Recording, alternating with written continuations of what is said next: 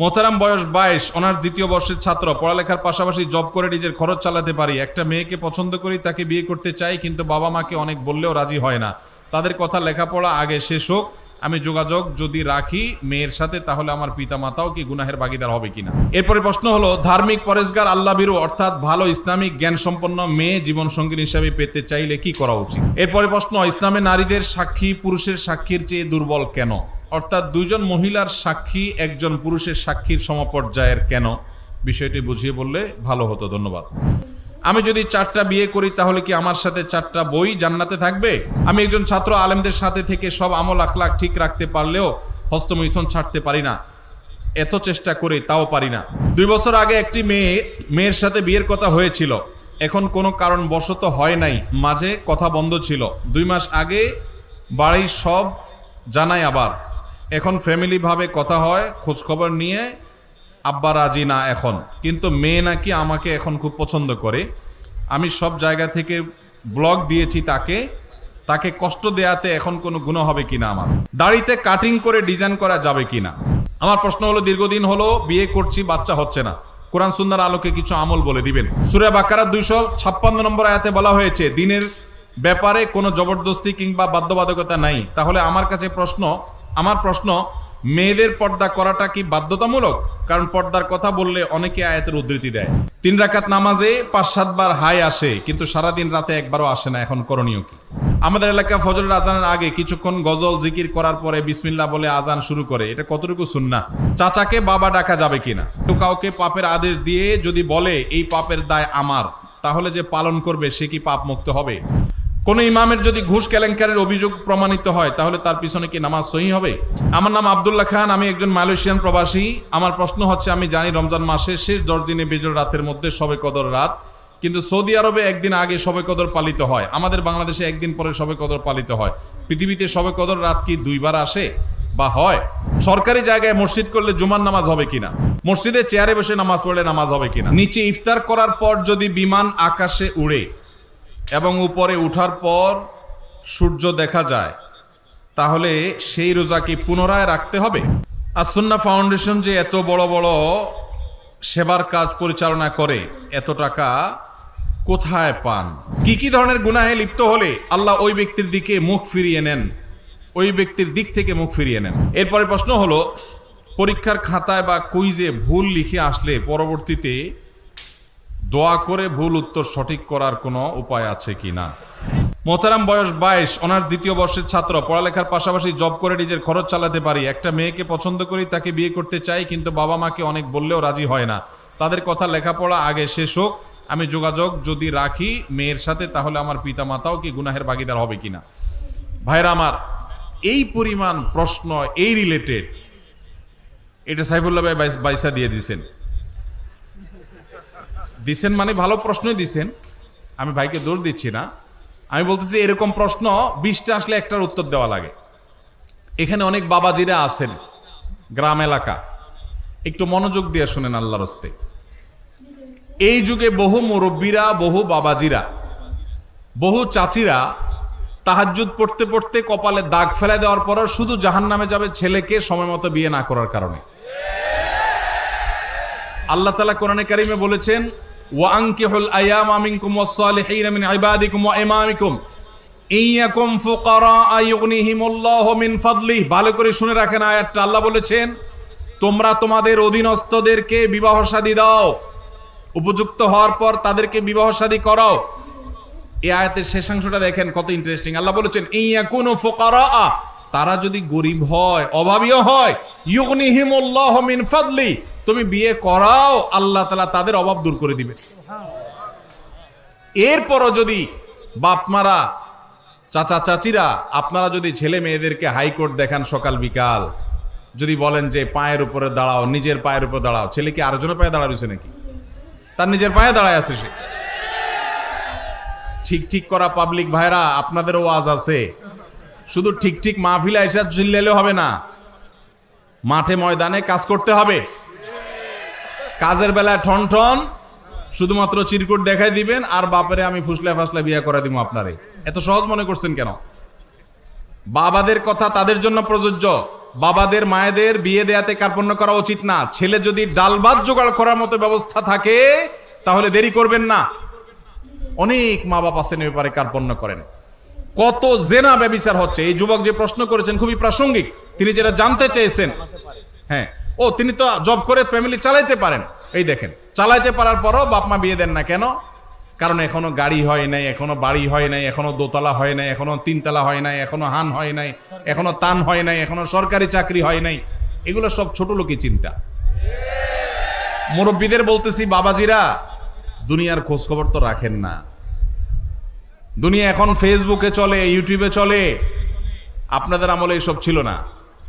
আপনার বাপে যদি আপনারে 25 বছর বয়সে বিয়ে করায় থাকে, আপনার ছেলেকে আপনার 20 বছরে বিয়ে করানো জরুরি। কারণ আপনার আমলে এত ফিতনা ছিল না, এখন যত ফিতনা আসছে। যুবকদের চরিত্র যে ধ্বংস হয়ে যাচ্ছে, যুবক যে প্রশ্ন করেছেন খুবই প্রাসঙ্গিক প্রশ্ন। কোন যুবক, কোন যুবতী বাপমার ঢিলামির জন্য যদি দেরি করে বিয়ে করায়, তাহলে এই যুবক যত পাপ কাজে লিপ্ত হবে, এই যুবক নিজেও অপরাধী হবে, তার বাপমাও অপরাধী হবে। আল্লাহ আমাদের মুরব্বীদের হেদায়েত দান করুন। ভাইরা আমার, আমি এর আগে বিভিন্ন জায়গায় বলেছি, আল্লাহ তাআলা আমাকে এই বয়সে নানা বানিয়েছেন, আলহামদুলিল্লাহ। আমি কমপ্লিট নানা হয়ে গেছি, আলহামদুলিল্লাহ। খুব শীঘ্রই আল্লাহ চাহেন তো দাদাও হয়ে যাবো ইনশাআল্লাহ। আমার বয়স কত? খুব বেশি। আমি নানা হয়ে গেছি, আলহামদুলিল্লাহ। আমার জগতের কাজ গোছানো শেষ। অনেকে আছে 50-55 বছর বয়স, পোলার বয়স 3-4 বছর নিয়ে ঘুরে। কেন? কারণ বিয়ে করছে আদা বুড়া হওয়ার পর। আমরা সময় মতো বিয়ে করেছি, সব গোছগাছ করা কমপ্লিট, এরে বলে বাপের বেটা। আর বেশিরভাগ মানুষ এখন দেখা যায় নিজের পায়ে দাঁড়ানোর নাম করে বিয়েকে পিছাইতে পিছাইতে পিছাইতে বুড়া হয়ে সে তারপর বিয়ে শাদী করে। অতএব যুবক ভাইদের চরিত্র হেফাজতের জন্য মুরব্বীদের উপরে ফরজ। ভালো করে শুনে রাখেন, যে যুবক প্রশ্ন করেছেন সেই যুবককে বিয়ে করানো তার বাপমার উপরে ফরজ, ফরজ, ফরজ। এই ফরজ তোয়াক্কার কারণে বহু মুরব্বীরা জাহান্নামে যাবেন। সমাজ ব্যভিচারে ভরে গেছে। শয়তান যুবকদের বিভ্রান্ত করছে। তাদের চরিত্রকে হেফাজত করবার জন্য বিয়ে করেন। আল্লাহকে ভয় করেন, তাদেরকে বিয়ে করার ব্যবস্থা করেন। এরপরে প্রশ্ন হলো, ধার্মিক পরেজগার আল্লাহ ভীরু অর্থাৎ ভালো ইসলামিক জ্ঞান সম্পন্ন মেয়ে জীবন সঙ্গী হিসাবে পেতে চাইলে কি করা উচিত? ভাইরা আমার, যুবক যারা বিবাহ করেন নাই, দিনদার ভালো পাত্রীকে যদি জীবন সঙ্গী হিসাবে পাইতে চান, তাহলে আপনার নিজেকে ভালো হইতে হবে। আপনি লাগাবেন তাল গাছ, আশা করবেন আম, সম্ভব? অনেক যুবক আছে নিজে সব 2 নম্বরই কাজ করে বেড়াবে, আর বিয়ের আগে মহিলা মাদ্রাসার প্রিন্সিপালের কাছে যায় কানে কানে বলে, হুজুর একটা ভালো মেয়ে দেখেন। আছে না নেই?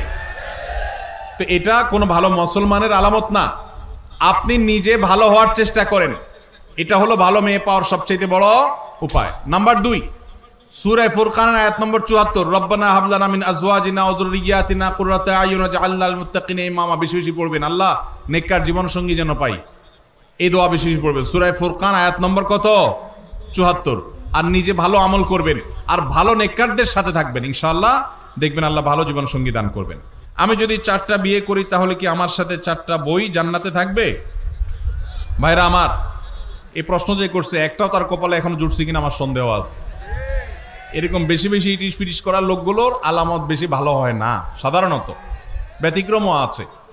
তো যাই হোক ভাই, আপনি নিজের জান্নাতের চিন্তা চাইতে 4 বউয়ের জান্নাত নিয়ে চিন্তায় আছেন। মানুষ কত রকমেরই থাকে, মাশাআল্লাহ। তো এটা নির্ভর করবে আমলের উপর ভাই। আপনার বউ 1 জন না 2 জন, 3 জন না 4 জন, এটা ইস্যু না। ইস্যু হলো যে সবাইকে জান্নাতি বানাতে পারলেন কিনা, আপনি নিজে জান্নাতি হতে পারলেন কিনা। যদি সবাই জান্নাতি আমল করেন, তাহলে সবাই জান্নাতে যাবেন। আল্লাহ না করুক যদি 2 জন জান্নাতি আমল করেন, তাহলে 2 জন জান্নাতে যাবেন। যে জান্নাতি আমল করবে সেই জান্নাতি যাবেন। আপনি নেককার মানুষ ছিলেন, আপনার বউ 4টা হলো 4টাই একেবারে বাই ডিফল্ট ফ্যামিলি মেম্বার হিসাবে অটো পাস পেয়ে যাবে। দুনিয়াতে অটো পাস আছে, আল্লাহর কাছে অটো পাস বলতে কিচ্ছু। যার যার আমল করি তাকে পার হইতে। দুনিয়াতে মামু খালুগিরি চলে, আখিরাতে আল্লাহর কাছে চলবে।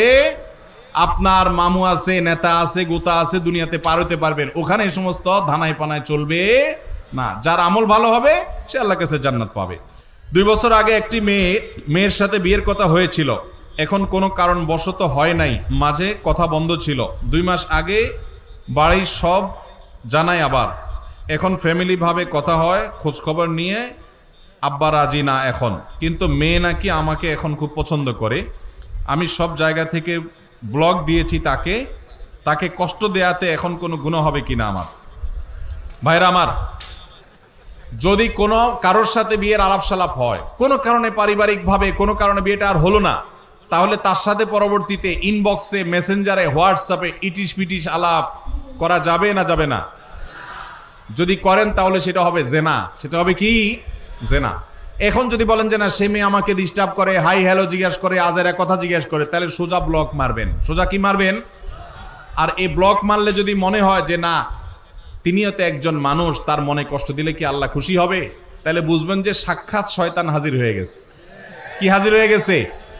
শয়তান হাজির হয়েছে। কারণ শয়তান আপনাকে মানবিক ভালো মানুষ বানানোর চেষ্টা করছে। আসলে এটা হলো নেক্সুরেতে ধোঁকা। আপনাকে আসলে শয়তান জেনার দিকে নিয়ে যেতে চায়।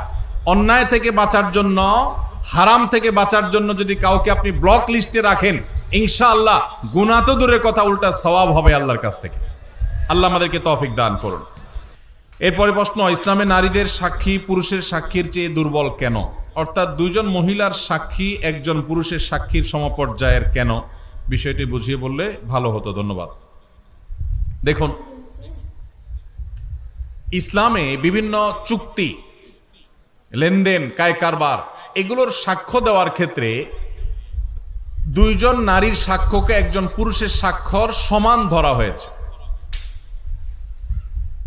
এখন সঙ্গত কারণেই প্রশ্ন আসলো যে পুরুষ একজন সাক্ষ্য দিলে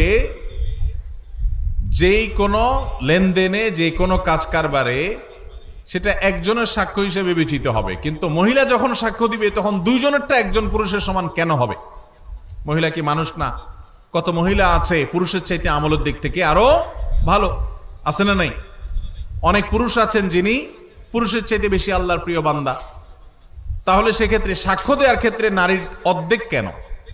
এর উত্তর হলো, ইমাম মুহাম্মদ রহমতুল্লাহ আলাই, ইমাম আজম আবু হানিফা রহমতুল্লাহ আলাইহির একজন ছাত্র, ইসলামের ইতিহাসের একজন বড় ইমাম মুহাম্মদ রহমতুল্লাহ আলাই, তিনি বলেছেন, যেহেতু সচরাচর চুক্তি, কাজ কারবার, বাহিরের লেনদেন, এগুলোতে নারীরা উপস্থিত থাকে না, সচরাচর মেয়েদের উপস্থিতি সেসব জায়গায় থাকে না।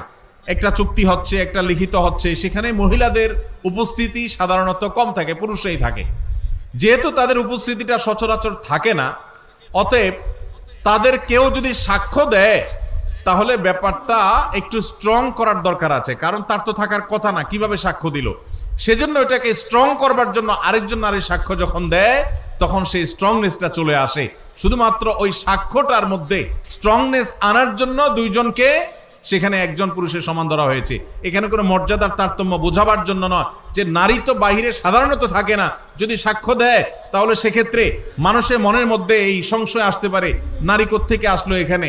এই সংশয় দূর করবার জন্য আরেকজন নারী যখন সাক্ষ্য দেয় তখন আর সংশয় করবার কোনো সুযোগ থাকে না। তাহলে এখানে মর্যাদার কোনো পার্থক্যের জন্য এটি করা হয়নি। এটা আমি মুহাম্মদ রহমতুল্লাহ বলেছেন, আর অনেক ইমামগণ অনেক ব্যাখ্যা দিয়েছেন। দাড়িতে কাটিং করে ডিজাইন করা যাবে কিনা? দাড়িতে কাটিং করে ডিজাইন করা বলতে যদি বুঝান ও যে ফ্রেঞ্চ কাট, এটা সেটা, তাহলে এটা দাড়ির সাথে একটা তামাশা এবং মশকরা করা।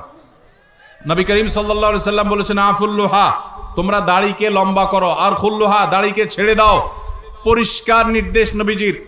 কোন একটা হাদিসে নবীজি সাল্লাল্লাহু আলাইহি সাল্লাম আমাদেরকে দাড়িতে কাটিং আর স্টাইল করতে বলেন না, এটা স্টাইলের জিনিস না। যারা দাড়ি রাখতে ইতস্তত বোধ করেন তাদেরকে বিনয়ের সাথে বলতে চাই, এটা পুরুষত্বের মার্কা। এটা কিসের মার্কা? আল্লাহ নারীর শরীরে যা যা দিয়েছেন, নখ আপনারটা বাড়ে, মহিলাদেরটাও বাড়ে, আপনার মাথার চুল আছে, তাদেরও আছে, আপনার শরীরের অঙ্গ প্রত্যঙ্গে যেখানে যেখানে যা যা আছে, লোম অবাঞ্ছিত সব তারও আছে। শুধু 2টা জিনিস, দাড়ি আর গোপ, এগুলো নারীকে আল্লাহ দেন না, আল্লাহ আপনাকে দিয়েছেন। এর জন্য গোপটা ছোট ছোট রাখা আর দাড়ি লম্বা রাখা, এটা পুরুষত্বের আলামত। এখন আপনি যদি বলেন যে আমি হিজড়া হয়ে যাব, তাহলে আমার কি করার? আল্লাহ আমাদের ভাইদেরকে হেদায়েত দান করুন। এটা পুরুষত্বের মার্কা, এটা রাখতে কোনো কার্পণ্য করা উচিত না।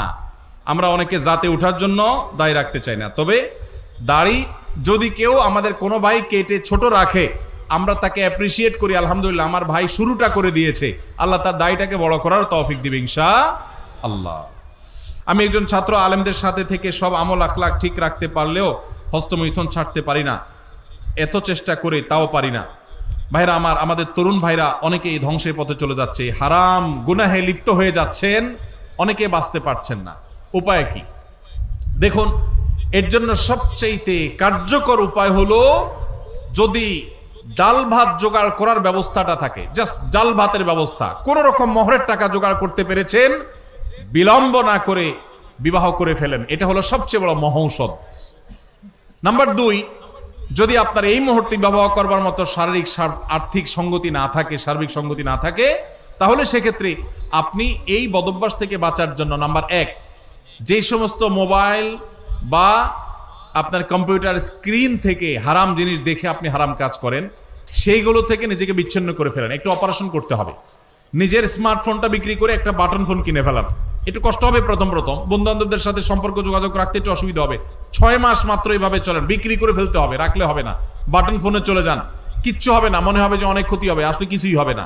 আপনার ইমান আমল রক্ষা করার জন্য এইটুকু স্যাক্রিফাইস যদি আপনি করতে পারেন, দেখবেন ইনশাআল্লাহ বদভ্যাস দূর হয়ে গেছে। নাম্বার 3, সাধারণত এই পাপের পাপীরা নির্জনতার এই সময়টাকে কাজে লাগায়। অতএব নির্জনতায় কোনো অবস্থাতে থাকা যাবে না। কোনো কক্ষে একা আছেন, কেউ নাই, দ্রুত বের হয়ে চলে যান। চেষ্টা করেন কোনো মানুষের মধ্যে থাকার জন্য, একাকী থাকবেন না। এবং সেই সাথে আল্লাহর কাছে চোখের পানি ফেলে দোয়া করবেন, দ্রুততার সাথে মোহর এবং হালাল টাকা জোগাড় করে দ্রুততার সাথে বিবাহ করে ফেলবেন। বাপমা যদি অহেতুক বিবাহ পিছায় আর আপনি বিবিকে, স্ত্রীকে পালার মতো মিনিমাম ব্যবস্থা থাকে, তাহলে আপনি নিজ উদ্যোগে বিবাহ করে ফেলবেন। তারপরে চরিত্র হেফাজত করতে হবে ইনশাআল্লাহ। সূরা বাকারা 256 নম্বর আয়াতে বলা হয়েছে, দিনের ব্যাপারে কোনো জবরদস্তি কিংবা বাধ্যবাধকতা নাই। তাহলে আমার প্রশ্ন, মেয়েদের পর্দা করাটা কি বাধ্যতামূলক? কারণ পর্দার কথা বললে অনেকে আয়াতের উদ্ধৃতি দেয়। ভাইরা আমার, আল্লাহ বলেছেন যে ইসলামে কোনো জবরদস্তি চলবে না, লা ইকরাহা ফিদ্দীন, ইসলামে কোনো বাধ্যবাধকতা চলবে না। এর মানে কি? এর মানে কাউকে জোর করে মুসলমান বানানো যাবে না। আপনি যখন ইসলামে ঢুকে গেছেন, তখন তো আপনি আল্লাহর সমস্ত বিধিবিধান মেনে নিচ্ছেন মাথা পেতে, সেটা তো মানতে আপনি বাধ্য। আপনি নিজের উপর নিজে সেটা আবশ্যিক করে নিয়েছেন। হ্যাঁ, আপনাকে অন্য আরেক মুসলমান বাধ্য করবে না, কিন্তু আল্লাহই আপনাকে বাধ্য করেছেন, আপনি নিজে সেটাকে গ্রহণ করেছেন। সেজন্য কোন নারী যদি নিজেকে মুসলমান দাবি করেন, তার জন্য পর্দা মেনে চলাটা সুন্নত না ফরজ? ফরজ। এরপরে প্রশ্ন হলো, পরীক্ষার খাতায় বা কুইজে ভুল লিখে আসলে পরবর্তীতে দোয়া করে ভুল উত্তর সঠিক করার কোনো উপায় আছে কি না? লা হাওলা ওয়ালা কুওয়াতা। এটা কি প্রশ্ন না তামাশা? হ্যাঁ, একবার আমার নামও লিখে দিয়েছে শেষে দিয়ে সুন্দর করে। ভাই, এই প্রশ্ন আমার ফাঁকিবাজ ছাত্র ভাইয়ের প্রশ্ন। আপনাদেরকে একটা মার্কা দেই, একটা আলামত দেই, ফাঁকিবাজ ছাত্র বোঝার একটা আলামত। হুজুরদের কাছে যেসব ছাত্র প্রশ্ন দিবে, হুজুর কোন আমল করলে পরীক্ষার খাতা একেবারে ফরফরায় লিখতে পারবো, সহজে লিখতে পারবো, একটু কলম পড়া দেন হুজুর, ফু দিলে জানে কলমে একেবারে গুলির মতো চলতে থাকে। এগুলো বেশিরভাগই ফাঁকিবাজ ছাত্রদের আলামত। ভালো ছাত্র যারা, তারা পড়ালেখা করে ঠিকঠাক মতো, আবার আল্লাহর কাছে দোয়া করে, যায় পরীক্ষা দেয়, শেষ। আর ফাঁকিবাজ যারা, সে তো জানে পড়ালেখা করে নাই, টোটো করে ঘুরে বেড়াইছে, এই জন্য হুজুরের কাছ থেকে কলম পড়া, এটা সেটা দুনিয়ার ডানে বামে বিভিন্ন পথে যায়। এই জন্য পরীক্ষা ভালো হওয়ার আমল কি যদি বলেন, আমি বলবো পরীক্ষা ভালো হওয়ার আমল হলো পড়ালেখা বেশি করে করা, সুন্দর করে করা, ভালো করে করা। এটা হলো পরীক্ষা ভালো হওয়ার আমল। ফাঁকি ঝুঁকি করবেন আর একটা দোয়া পড়লে সব ফাঁকি ঝুঁকি বাদ হইয়া পরীক্ষার খাতা সব লিখতে পারবেন আর সব পানির মতো সহজ প্রশ্ন চলে আসবে, এরকম কোনো আমলের কথা আমার জানা নাই। ইসলাম অলসদের জন্য না, ইসলাম পরিশ্রমীদের জন্য। নবীজি আল্লাহর কাছে পানা চাইতেন, আল্লাহুম্মা ইন্নী আউযু বিকা মিনাল আজজি ওয়াল কাসাল, আল্লাহ আপনার কাছে আমি অলসতা থেকে পানা চাই। আপনি অলস থাকবেন আর বলবেন আমি শুয়ে থাকবো, আল্লাহ আমার মুখে খাবার পাঠায় দেখ, এরকম কোনো আমল আমার জানা নাই। অতএব ভালো করে পড়ালেখা করবেন তো ইনশাআল্লাহ ছাত্র ভাইরা, মনোযোগ দিয়ে পড়াশোনা করবেন এবং আল্লাহর কাছে দোয়া করবেন, আল্লাহ ইনশাআল্লাহ সাকসেস করবেন। আমার নাম আব্দুল্লাহ খান, আমি একজন মালয়েশিয়ান প্রবাসী। আমার প্রশ্ন হচ্ছে, আমি জানি রমজান মাসের শেষ 10 দিনে বেজোড় রাতের মধ্যে শবে কদর রাত, কিন্তু সৌদি আরবে একদিন আগে শবে কদর পালিত হয়, আমাদের বাংলাদেশে একদিন পরে শবে কদর পালিত হয়। পৃথিবীতে শবে কদর রাত কি 2 বার আসে বা হয়? ভাইরা আমার, অনেক কমন একটা প্রশ্ন। এই প্রশ্নের উত্তর হলো, আল্লাহ রাব্বুল আলামিন পৃথিবীর যে প্রান্তের মানুষের জন্য যখন বেজোড় রাত হবে তাদের জন্য তখন শবে কদর দিবেন। এটা অস্বাভাবিক নয় যে বাংলাদেশের মানুষ যে রাত শবে কদর করেছে, সৌদি আরবের মানুষ ভিন্ন রাত শবে কদর করেছে। কারণ আমাদের এখানে যখন এখন রাত চলছে, ঠিক এই টাইমে আমেরিকাতে ফকফকা দিনের আলো, ঠিক না ভাই? ঠিক। তাহলে আমাদের যদি এখন শবে কদর হয়, আমেরিকান মানুষদেরকে এখন শবে কদর হওয়ার সুযোগ আছে? শবে কদর মানে হলো কদরের রাত, তাদের তো রাতই না, এখন দিন। তাহলে বোঝা গেল লাইলাতুল কদর এক এক দেশে এক এক অঞ্চলে এক এক সময় হতে পারে। এখন আপনি প্রশ্ন করতে পারেন যে এক এক এলাকায় যদি এক এক সময় রাত হয়, লাইলাতুল কদর হয়, তো আল্লাহ তো লাইলাতুল কদরে দুনিয়ার আসমানে নেমে আসেন, তো এক এক অঞ্চলে এক এক সময় হলে আল্লাহ কখন কোথায় থাকেন? এর উত্তর হলো, আমরা মানুষ এক জায়গায় উপস্থিত হলে আরেক জায়গায় উপস্থিত থাকি না। আল্লাহকে আমরা আমাদের মতো বিবেচনা করি। আল্লাহ রাব্বুল আলামিন তিনি সবকিছু করতে পারেন। একই সময় কোথাও তিনি উপস্থিত, আবার কোথাও অনুপস্থিত। একই সময় কাউকে তিনি মৃত্যু দিচ্ছেন, আবার কোথাও কাউকে জীবন দিচ্ছেন। তার সাথে আমাদের সক্ষমতার কোনো তুলনা চলে না। তার জন্য কোনো অসম্ভব বলতে কোনো কিছুই নাই। সূর্য একসাথে বহু জায়গায় তার উপস্থিতি জানান দিতে পারে, কিন্তু আমরা এক জায়গায় গেলে আরেক জায়গায় যাইতে পারি না। বিধায় এখানে পার্থক্য আছে। সরকারি জায়গায় মসজিদ করলে জুমার নামাজ হবে কিনা? সরকারি জায়গায় যদি মসজিদ করেন, জুমার নামাজ হবে কিনা? উত্তর হলো, জুমার নামাজ তো হয়ে যাবে, কিন্তু সরকারি জায়গা মসজিদ বানাবার জন্য আপনি অবশ্যই যথাযথ কর্তৃপক্ষের অনুমতি নেবেন, নিয়মতান্ত্রিকভাবে মসজিদ করবেন। মসজিদ আল্লাহর ঘর, সেটা এই জন্য যেখানে সেখানে করবেন। সরকারি জায়গা পাইলেন আর মসজিদ একটা বানায় দিলেন, আদৌ দরকার আছে কিনা সেটার কোনো বিবেচনা নাই, এটা করা উচিত না। তবে এটা ঠিক, মুসলিম প্রধান দেশে মুসলমানদের নামাজ পড়ার জন্য একটা সরকারি বিরাট বড় এরিয়া আছে, সেখানে অনেক মুসলমান বসবাস করে, সেখানে নামাজ পড়ার জায়গা করে দেওয়া সেখানকার কর্তব্য ব্যক্তিদের কর্তব্য, তাদের কাছে সেটা আদায় করতে হবে। কিন্তু তাই বলে আপনি চাইলেন আর খেয়াল খুশি মতো যেখানে সেখানে মসজিদ করে নিলেন, এটা করা যাবে না। সরকারি জায়গা না, শুধু অন্য কারোর জায়গাতে এরকম মসজিদ করা উচিত না। তবে যদি করেন কেউ, সেই জায়গায় নামাজ আদায় করলে নামাজ হয়ে যাবে, কিন্তু নিয়মতান্ত্রিকভাবে মসজিদ আদায় করতে হবে, বানাইতে হবে। মসজিদে চেয়ারে বসে নামাজ পড়লে নামাজ হবে কিনা? ভাই, মসজিদে চেয়ারে বসলে নামাজ পড়লে নামাজ হবে কিনা? উত্তর হলো, যদি কেউ রুকু সেজদা দিতে অপারগ হন, অসুবিধা হন, তাহলে তার জন্য এটা জায়েজ হবে। কিন্তু আমাদের দেশে অনেকে একটু কোমর ব্যথা, একটু শরীরটা খারাপ লাগে, মেজমেজ করে চেয়ারে বসে নামাজ শুরু করে দেয়। এইরকম যদি করে তাদের নামাজ হবে না। কারণ আল্লাহ বলেছেন ওয়াকুমু লিল্লাহি কানিতিন, নামাজের মধ্যে দাঁড়ানোটা কি সুন্নত না নফল? ফরজ। এই ফরজ তরক করে যদি আপনি বলেন যে শরীরটা খারাপ লাগতেছে, চেয়ারে বসে গেলাম, একটু ভাবসাব ধরলাম, তাহলে নামাজ হবে না। যার রুকু সিজদা করার ক্ষমতা নাই, ডাক্তার তাকে কঠোরভাবে নিষেধ করেছে, মারাত্মক পেইন হয়, তার জন্য জায়েজ আছে। বাকি যেন তেন উসিলাতে এটা করা যাবে না। কি কি ধরনের গুনাহে লিপ্ত হলে আল্লাহ ওই ব্যক্তির দিকে মুখ ফিরিয়ে নেন, ওই ব্যক্তির দিক থেকে মুখ ফিরিয়ে নেন? ভাইরা আমার, নবী করিম সাল্লাল্লাহু আলাইহি ওয়াসাল্লাম একটি প্রসিদ্ধ হাদিস আছে, তিনি বলেছেন সালাসাতুন লা ইয়াকাল্লিমুহুমুল্লাহু ওয়া লা ইউযাক্কিহিম ওয়া লা ইয়ানজুরু ইলাইহিম ওয়া লাহুম আযাবুন আলীম। 3 শ্রেণী মানুষ আছে, তাদের জন্য 4টা শাস্তি হবে। কয়টা শাস্তি হবে? 4টা। কয় শ্রেণী মানুষের জন্য? 3 শ্রেণী মানুষের জন্য। নাম্বার 1, শাইখুন জানিন, যে ব্যক্তি বয়স্ক হয়েও ব্যভিচারে লিপ্ত হয়েছে, এই ব্যক্তির সাথে আল্লাহ কিয়ামতের দিন কথা বলবেন না, আল্লাহ তাকে পবিত্র করবেন না, তার দিকে চেয়ে তাকাবেন না, এবং তাকে কঠোর শাস্তি দিবেন যে সে প্রাপ্তবয়স্ক, বিবাহিত, বৃদ্ধ, এরপরও সে জেনায় কেন লিপ্ত হলো। নাম্বার 2, ওয়া মালিকুন কাযযাব, যেই রাজা, যেই শাসক প্রজাদের সাথে মিথ্যা কথা বলে, প্রতারণা করে, ডাহা ডাহা মিথ্যা কথা বলে, এরকম বাদশাহ, এরকম রাজা, এরকম শাসক, তাদেরকে নবী সাল্লাল্লাহু আলাইহি ওয়াসাল্লাম বলেছেন কিয়ামতের দিন আল্লাহ তাদের সাথে কথা বলবেন না, তাদের গুনাহগুলোকে মাফ করবেন না, পবিত্র করবেন না, এবং আল্লাহ তাদের দিকে তাকাবেন না, চেয়ে দেখবেন না, এবং তাদের জন্য কঠোর শাস্তি রয়েছে। আর 3 নম্বর হলো ওয়াইলুন মুস্তাকবির, যেই গরিব পরিবার, মানুষটা গরিব আবার অহংকার করে, তো এই ব্যক্তিকেও আল্লাহ রাব্বুল আলামিন কিয়ামতের ময়দানে এই শাস্তিগুলো দিবেন। চাচাকে বাবা ডাকা যাবে কিনা? কেন, আপনার বাপ নাই? যে ভাই প্রশ্ন করছেন, চাচারে বাপ ডাকবেন কেন? হতে পারে বাপ নাই, তো রূপক অর্থে বাপ ডাকলে ঠিক আছে। আমরা অনেক সময় মুরব্বীদের করি বাবাজি, ভাইকে বলি ভাই, আমি বললাম সাইফুল্লাহ ভাই, এর মানে কি উনি আমার মায়ের পেটে ভাই হয়ে গেছেন? তো এরকম কাউকে রূপক অর্থে বাবা ডাকা যেতে পারে, কিন্তু কাগজে কলমে কারোর নাম বাবা হিসাবে রাখা যাবে না যিনি আপনার জন্মদাতা পিতা নন। যেমন পালক বাবার নাম দিয়ে দিলেন কাগজে কলমে, এটা জায়েজ নাই। ও আচ্ছা, এলাকার প্রচলন আছে চাচাকে ছোট আব্বা, বড় চাচাকে বাপের বড় যিনি তাকে বড় আব্বা বলার, এরকম প্রচলন আছে। এটা কোনো অসুবিধা নেই, কারণ এখানে হাকিকি অর্থে বাবা ডাকা হয় না। আল্লাহ বলেছেন উদউহুম লিআবাইহিম হুয়া আকসাতু ইনদাল্লাহ, মানুষকে তার বাবার নামে ডাকবে। এখানে চাচাকে যে বাপ বলা হচ্ছে এটা অরিজিনাল একদম প্রকৃত অর্থে বাবা, সে অর্থে না বাবার মতো। আম্মুর রাজুলের সিমু আবি, সেই অর্থে যে চাচা বাবার মতো, সেই অর্থে বাপ ডাকা হয়, অসুবিধা নেই।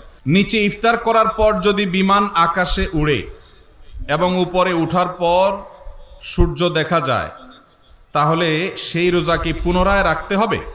খুবই দরকারি প্রশ্ন, বিশেষ করে আমাদের প্রবাসী ভাইদের জন্য গুরুত্বপূর্ণ। অনেক সময় হজ ওমরাতে গেলেও আমাদের দরকার হয়। এটা ঠিক যে নিচে যখন আমরা সূর্য ডুবে গেছে দেখি, অনেক সময় অনেক উপরে উঠলে দেখা যায় সূর্য তখনও ডুবে নাই। উপর থেকে সূর্য দেখা যায় যে একটু পরে ডুবছে। এখন কেউ বিমানে বসছে, বিমান ছেড়ে দিবে, রানওয়েতে আছে, এদিকে ইফতারের টাইম হয়ে গেছে, সূর্য ডুবে গেছে, মাগরিবের ওয়াক্ত হয়ে গেছে, আজান হয়ে গেছে। তিনি খেজুর পানি খেয়ে বিসমিল্লাহ পড়ে রোজা ভেঙে ফেলেছেন। বিমান রানওয়ে দিয়ে আস্তে করে আপনার ফ্লাই করেছে।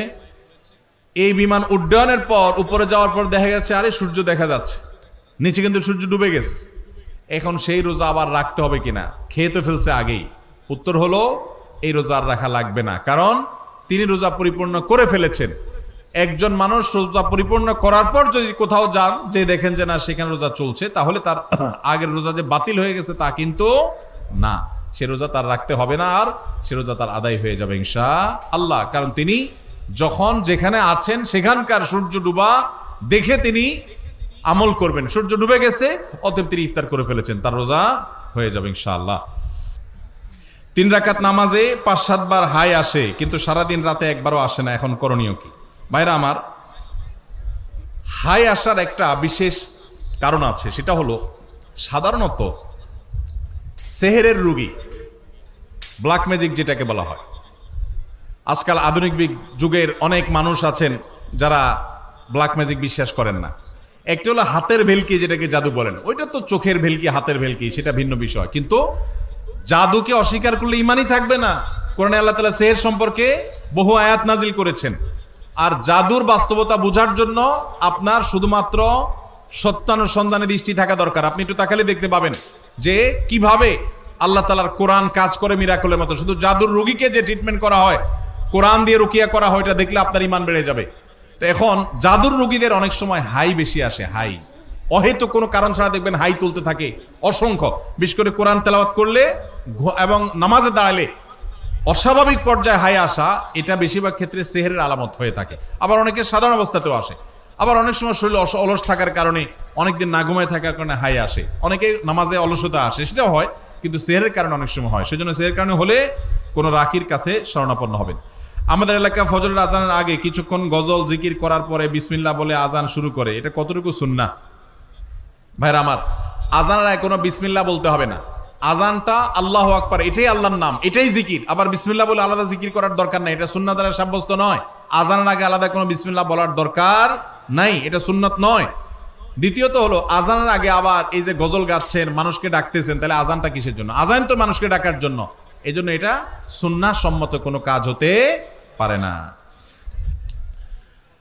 আস-সুন্নাহ ফাউন্ডেশন যে এত বড় বড় সেবার কাজ পরিচালনা করে, এত টাকা কোথায় পান? ভাইরা আমার, আস-সুন্নাহ ফাউন্ডেশনের অনেক কার্যক্রম আপনারা দেখেন অনলাইনে, অফলাইনে, বিভিন্নভাবে। মূলত একটা প্রজেক্ট বাস্তবায়ন করতে আমরা যে পরিমাণ টাকা খরচ করি, অনেকে মনে করেন এর চাইতে অনেক বেশি টাকা লাগে। আমাদের দেশে রাষ্ট্রের সম্পদ যদি অপচয় তসরুফ না হতো, তাহলে এই দেশ শুধু রাষ্ট্রের যে সম্পদ খরচ করা হয় ওইটা দিয়েই রাষ্ট্রশূন্য হয়ে যেত, খুব বেশি কিছু লাগতো না। শুধু দুর্নীতি বন্ধ করলে, অপশাসন বন্ধ করা গেলে, অপচয় বন্ধ করা গেলে, রাষ্ট্রের টাকাকে যদি আমানত মনে করে কর্তা ব্যক্তিরা প্রতিটা টাকা চিবিয়ে রস কবি যেরকম বের করে নিজের পকেটের টাকাটার, ওইরকম রাষ্ট্রের টাকাটা যদি আমানত মনে করে খরচ করত, তাহলে যে পরিমাণ টাকা রাষ্ট্র খরচ করে তাতে রাষ্ট্রের আসলে তেমন কোনো সংকট থাকার কথা না। আমরা ক্ষুদ্র সেবামূলক কাজ করে আমরা দেখেছি যে একটা প্রজেক্টে 20-50 লাখ টাকা দিয়ে কত যে কাজ করা যায়, কত যে পরিবারকে স্থায়ীভাবে তাদের দারিদ্র্য বিমোচন করা যায়, অথচ শত শত হাজার কোটি টাকা চলে যায় আমাদের ছোটখাটো প্রজেক্টে। তো সেইগুলা যদি আমরা রোধ করতে পারতাম তাহলে আসলে টাকা অনেক বেশি লাগতো না। আসন্না ফাউন্ডেশন যে শত শত কোটি টাকা নিয়ে বসে আছে আর খরচ করে আসলে তা কিন্তু না। মূলত প্রথমত আল্লাহর বরকত, দ্বিতীয়ত হলো আমাদের একটা দীপ্ত শপথ আছে, সেটা হলো নিজের পকেটের টাকা খরচ করতে এত চিন্তা করব না, মানুষের দানের টাকা খরচ করতে যতবার চিন্তা করব। এবং আল্লাহর ফজলে সেজন্য আল্লাহ তাআলা বরকত দেন। এবং সেই সাথে যেই টাকা আসে তার সবই হলো আপামর সাধারণ মানুষের টাকা, একেবারে মাছ পিপল, একেবারে সাধারণ মানুষের যে টাকা, সেটা দিয়ে আসন্না ফাউন্ডেশন চলে আলহামদুলিল্লাহ। আপনারা যারা যুবকরা আছেন, এলাকায় সেবামূলক কাজ করতে চান, অনেকে চান কি চান না আপনারা অনেকে হয়তো বলবেন, ভাই আপনার ফাউন্ডেশন থেকে কিছু আমাদেরকে শীতবস্ত্র পাঠিয়ে দেন, কিছু টাকা পয়সা দেন, কিছু আমাদের ত্রাণ দেন, আমরা এলাকায় কাজ করি। যুবকদেরকে বলতে চাই, আপনারা যদি এলাকায় সেবামূলক কাজ করতে চান, আপনার এলাকায় সেই সব সেবার কাজ শুরু করে দেন যেগুলোতে টাকার দরকার হয় না। এরকম কাজ আছে না নাই? আপনার এলাকাতে একটা রাস্তা ভাঙা, আপনারা 4-5 যুবক মিলে সেই রাস্তাটা, ভাঙা রাস্তাটা মেরামত করে দেন শারীরিক পরিশ্রম করে। সম্ভব কি সম্ভব না? আপনি যখন এই কাজটা করবেন, আল্লাহ আপনাকে ইচ্ছে সে বেশি কাজ করার তৌফিক দান করবেন। কেউ কাউকে পাপের আদেশ দিয়ে যদি বলে এই পাপের দায় আমার, তাহলে যে পালন করবে সে কি পাপ মুক্ত হবে? ফেরেশতাদের মুগুর দুইজনই সমানভাবে খাবে। যে আদেশ দিছে সে তো হুকুমের আসামি হিসেবে খাবেই, আর যে এই যে সরল শাস্তেছে যে আমাকে তো সে আদেশ দিছে, তো নবী করিম সাল্লাল্লাহু আলাইহি সাল্লাম বলেছেন, লা তাআতা লি মাখলুকিন ফি মাসিয়াতিল খালিক। আল্লাহর কোন নির্দেশ লঙ্ঘন করে পৃথিবীর কারোর কথা মানা যাবে। এখন কেউ যদি আপনাকে অন্যায় করতে বলেন আর আল্লাহ যদি সেটা নিষেধ করেন, তাহলে সেই কাজ করা যাবে? যদি করেন তাহলে আপনিও অপরাধী হবেন। যদি কেউ বলে যে তুমি করো, এর দায় আমার, তাহলে বুঝবেন যে এটা চিটার, এটা কি, এটা বাটপার। কারণ কেউ কারোর পাপের বোঝা নিতে পারে। কোরআনের সবচেয়ে রিপিটেড আয়াত কইলো রয়েছে কয়েকটি, এর মধ্যে একটা হলো এটা, ওয়া আল্লাহ তাযরু ওয়াজিরাতুন বিজরা উখরা। কেউ কারোর পাপের বোঝা বহন করতে পারে না, যার যার পাপ তাকেই পাবে, যে নির্দেশের গুনাহগার হবে। কোন ইমামের যদি ঘুষ কেলেঙ্কারির অভিযোগ প্রমাণিত হয়, তাহলে তার পিছনে কি নামাজ সহিহ হবে? ইমাম যদি ঘুষের কারবারের সাথে জড়িত থাকেন, এটা যদি প্রমাণিত হয়, এলাকাতে সব কথা প্রমাণিত না, অনেক দোষ হুজুরদের নামে উঠানো হয়, যদি সত্যি প্রমাণ দেওয়া হয় এবং প্রমাণ থাকে, তাহলে সেক্ষেত্রে সেই ইমামকে ইমাম থেকে সরিয়ে সেখানে অবশ্যই একজন নেককার পরহেজগার মানুষকে ইমাম হিসাবে নিয়োগ দেওয়া উচিত এলাকাবাসীর। তারপরে কেউ যদি নামাজ পড়ে তার নামাজ হয়ে যাবে, নামাজ হবে না তা না। আমার প্রশ্ন হলো, দীর্ঘদিন হলো বিয়ে করছি, বাচ্চা হচ্ছে না, কোরআন সুন্নাহর আলোকে কিছু আমল বলে দিবেন। যাদের বাচ্চা হচ্ছে না তাদের জন্য ইব্রাহিম আলাইহিস সালাম এবং জাকারিয়া আলাইহিস সালামের কয়েকটা দোয়া কোরআনে আল্লাহ বর্ণনা করেছে। নাম্বার 1, রব্বি হাবলি মিনাস সলিহিন, রব্বি হাবলি মিনাস সলিহিন। এমনকি যারা এখনো বিবাহ করেন তারা এখন থেকেই দোয়া পড়তে পারেন, রব্বি হাবলি মিনাস সলিহিন, আল্লাহ আমাকে নেক সন্তান দান করুন। 1। নাম্বার 2, রব্বি হাবলি মিন লাদুনকা যুররিয়াতান তাইয়্যিবাহ ইন্নাকা সামিউদ দুআ, আল্লাহ আপনি পবিত্র সন্তান দান করেন কারণ আপনি দোয়া শুনেন। নাম্বার 3, রব্বি লা তাজআলনি ফারদা ওয়া আনতা খায়রুল ওয়ারিসিন, রব্বি লা তাযারনি ফারদা ওয়া আনতা খায়রুল ওয়ারিসিন, আল্লাহ আমাকে একা রেখে দিবেন না, আপনি সর্বোত্তম ওয়ারিস। 3টা দোয়া শিখিয়ে দিলাম, এগুলো বেশি বেশি করে পাঠ করবেন। আর একটা জিনিস মাথায় রাখবেন, আল্লাহ যদি সন্তান নাও দেন, আল্লাহর এই ফয়সালা আমরা খুশি না খুশ? আল্লাহ যদি একটা সন্তান দেন আর বিকলাঙ্গ হয়, তার চাইতে না দিলে ভালো না খারাপ? অতএব আল্লাহর ফয়সালাকে মেনে নেওয়ার মানসিকতা থাকতে হবে। ভাইরা আমার, রাত অনেক হয়েছে, আমার মনে হয় রাখি, বাকি প্রশ্নগুলো আমরা নিয়ে যাই ইনশাআল্লাহ বিদিনিল্লাহ। কালকের কোনো প্রশ্নে বা অন্য কোনো প্রোগ্রামে ইনশাআল্লাহ আমরা প্রশ্ন উত্তর দিয়ে দিই, কারণ আপনাদের ফজর নামাজ পড়তে হবে। আমরা গভীর রাত পর্যন্ত মাহফিল করার বিপক্ষের মানুষ, সুন্নাহ সম্মত না। কারণ আমাদের গভীর রাত মধ্যে মাহফিল করলে কি ফজর নামাজ পড়া সহজ হবে না কঠিন হবে? কঠিন হবে। সেজন্য আমরা এখানে শেষ করছি। আমরা যে সমস্ত কথা শুনলাম, জানলাম, বুঝলাম, আল্লাহ আমাকে আপনাকে আমাদের সবাইকে আমল করার তৌফিক দান করুন। জাযাকুমুল্লাহু খায়রা।